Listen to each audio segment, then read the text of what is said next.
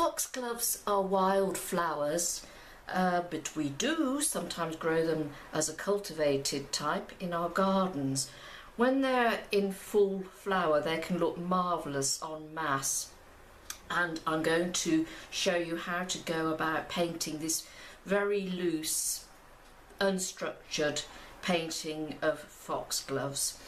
I'm sure you have them wherever you are, I think, or something similar worldwide, but I will be posting some resources, some other pictures to show you. So what it is, it's a tall stem with this lovely trumpet type flower which enables the insects to fly inside and collect the pollen. They come in mostly this sort of purpley colour, but sometimes they're whiter or they're pinker, and they can, as I say, look absolutely beautiful when they're in a large group. So where am I going to start with this? Well, I'm going to start, strangely enough you might think, with the background.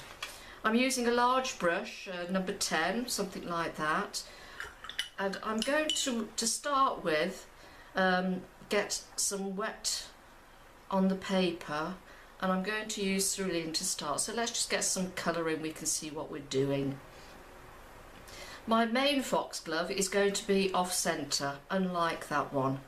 So what I'm going to do is just effectively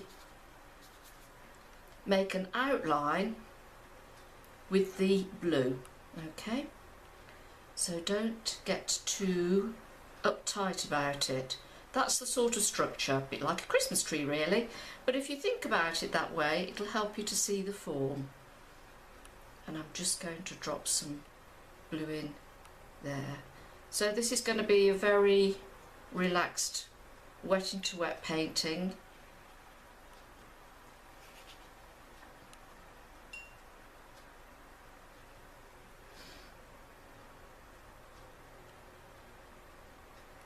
We're going to have some in the background.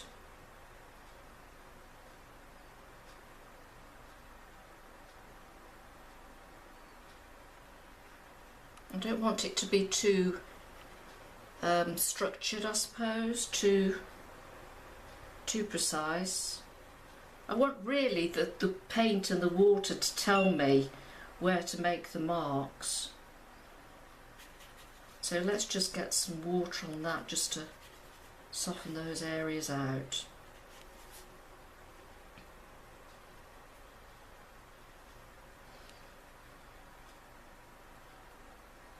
I'm going to make this the dark side, as it were, the light. Let's have the light coming from that way. So I'm going to drop some more colour in.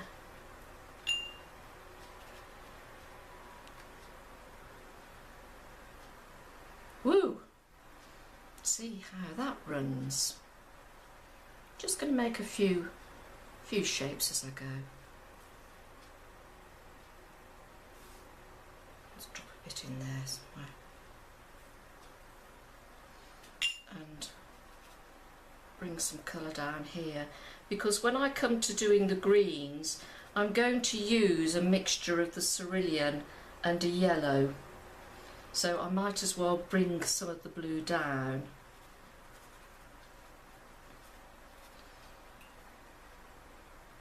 And you're probably thinking that looks like absolutely nothing on earth, and you'd be right.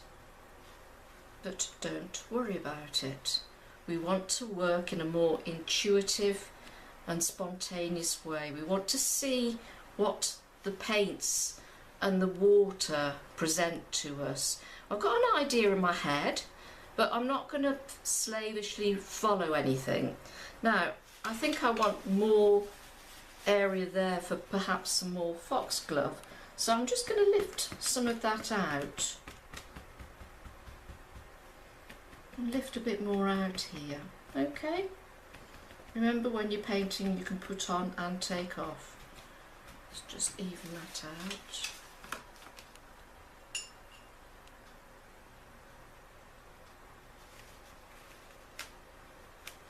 Okay, now I've got the cerulean blue,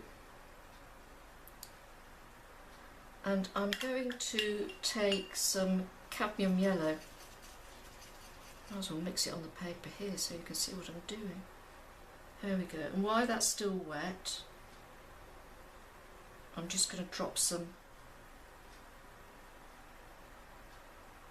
paint in there.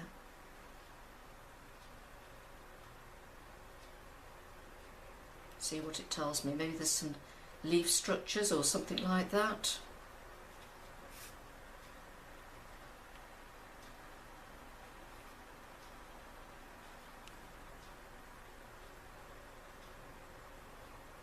Let's just have a sort of an idea of a stem there, just to get us started.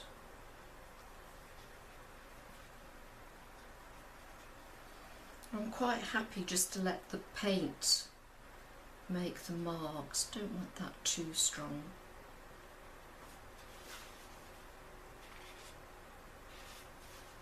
It's far too thick.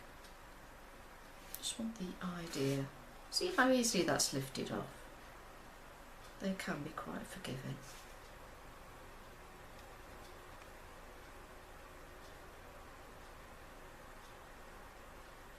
Make a sort of a leaf structure there.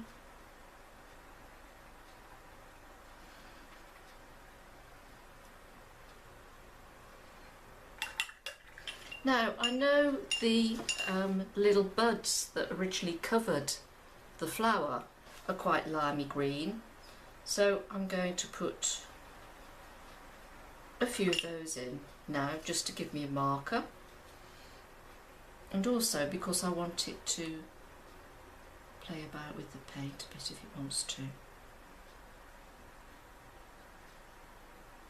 It's like a little hat for a fairy.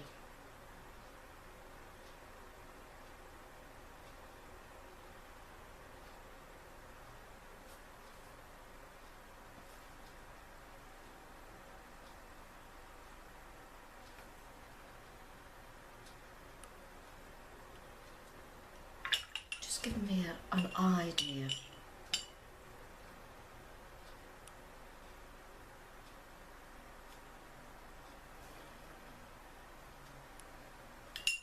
That's still fairly wet, very wet in areas. What I'm going to do here is I'm going to just drop some clean water in. I'm going to take a little bit of the pinky mauvey colour I'm going to use. And just drop in a few flowery triangular shapes and see what happens. I think you could call this a watercolour that's going to paint itself.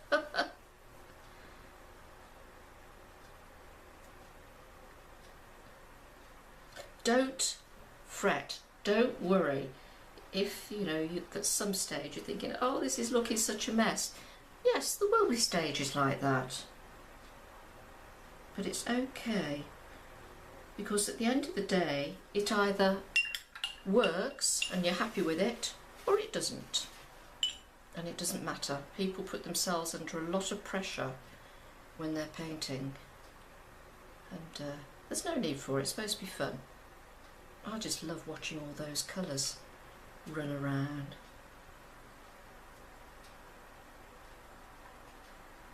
There's the trumpety bit. Let's just, there we go, make a trumpety bit. It's the end of the flower.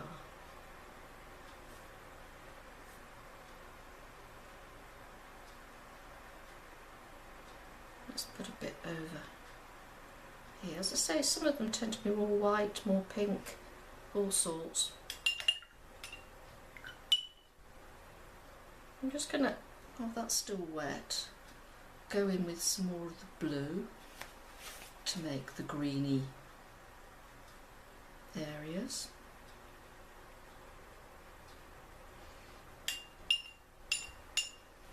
And now I'm going to just let that dry, and we'll see what we've got when we come back, and I'll start building up the colour.